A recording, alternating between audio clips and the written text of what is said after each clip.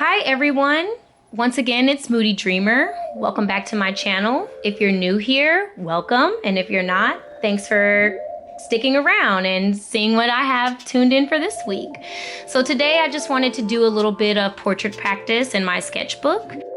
Right here I have my tan sketchbook. It's a smaller one. I can look up the size right now, in fact, because I have it right next to me. The size is 5.5 by 8.5. So it's a pretty decent sketchbook. I would say you can actually, cut pieces of paper out, if you do something in it, and definitely sell it. It's acid-free paper, so if that is something that interests you. And the sketchbook is like $6 at Blick. Probably cheaper online if you go online versus the store. Today I'm also using Prismacolors.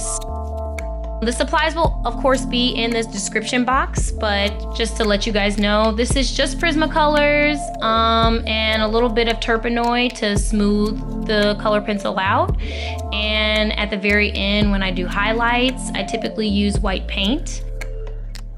Something to pick it up and, push those whites really, really far forward.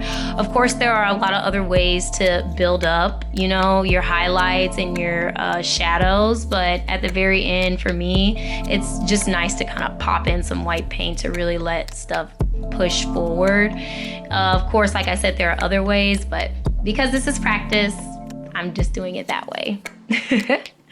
Anyways, so here I am, just sort of getting the face mapped out, sort of, getting the shades and the shadows. And typically when I draw almost like a painter. I kind of work all around the portrait. I don't just focus on like one area, which I know a lot of like hyper realistic photorealism artists do. They'll focus in on one area and get it like exactly to the level they need it to be.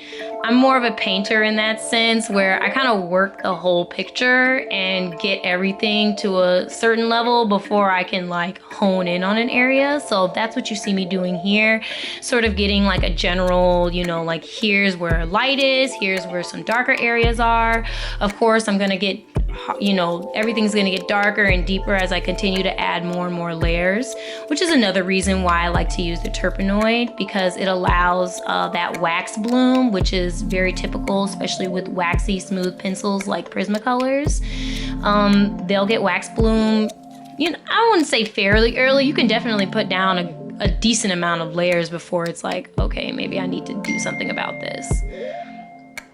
But today I'm gonna just use my mineral spirits early on to help sort of like allow me to use more layers early. Very technical stuff I'm talking about right now. So if any of that is confusing or it interests you and you may want me to go in depth, please comment down below and I'd love to do that.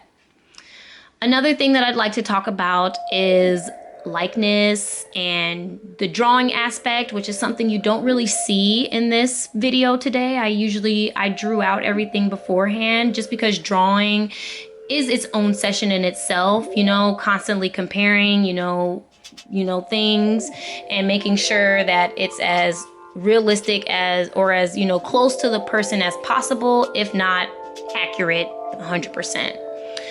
So my biggest tip for that would be freehand. If you want to get better at something without having to use a grid or having to trace or anything like that, you have to basically keep doing it over and over again without those crutches.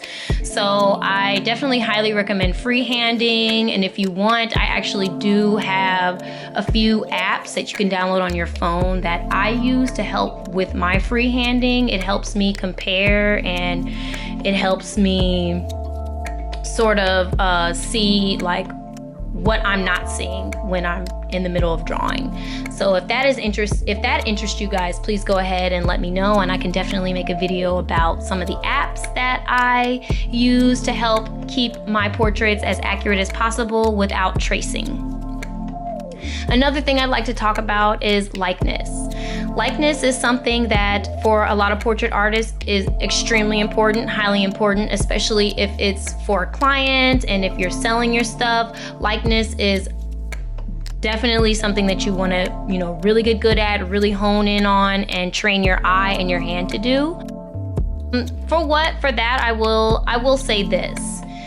because I am somebody who does figure modeling, one of the biggest things that I run into is, when you do a portrait and, you step away and you look at it, it doesn't look 100% like you, but you can definitely still see your likeness, and you definitely can tell that somebody sat there and tried to paint you or draw you.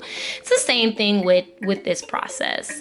How somebody perceives you versus the reality is always going to come across, no matter how hard you try to hide your hand, unless you're specifically goal-oriented towards photo hyperrealism style of drawing. I know there's an artist on YouTube who's gotten very popular doing photorealistic drawings. There are a few artists that actually do it on YouTube. And that is a completely different process. That is you literally trying to hide your hand, trying to hide your perspective. And if you are somebody who is interested in that, then that actually would be the opposite of everything that I'm telling you. A lot of those artists do use tracing materials, they do use projection, and they do use all those things to help get to lose their hand and their perspective as much as possible. If you are somebody who is just trying to be a portrait artist, you're just trying to show somebody a portrait of themselves without it looking 100% like a photo, 100% three-dimensional, then definitely freehand and train your eye and your hand to coordinate with each other.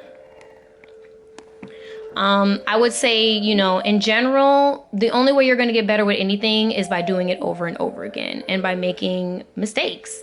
So that is why I love doing portraits in my sketchbook, why I love practicing with them. And yeah, sometimes I do get choked up. I do definitely get frustrated and sad when something doesn't look exactly like I want it to, but it's okay. And there's room in my sketchbook for the next one.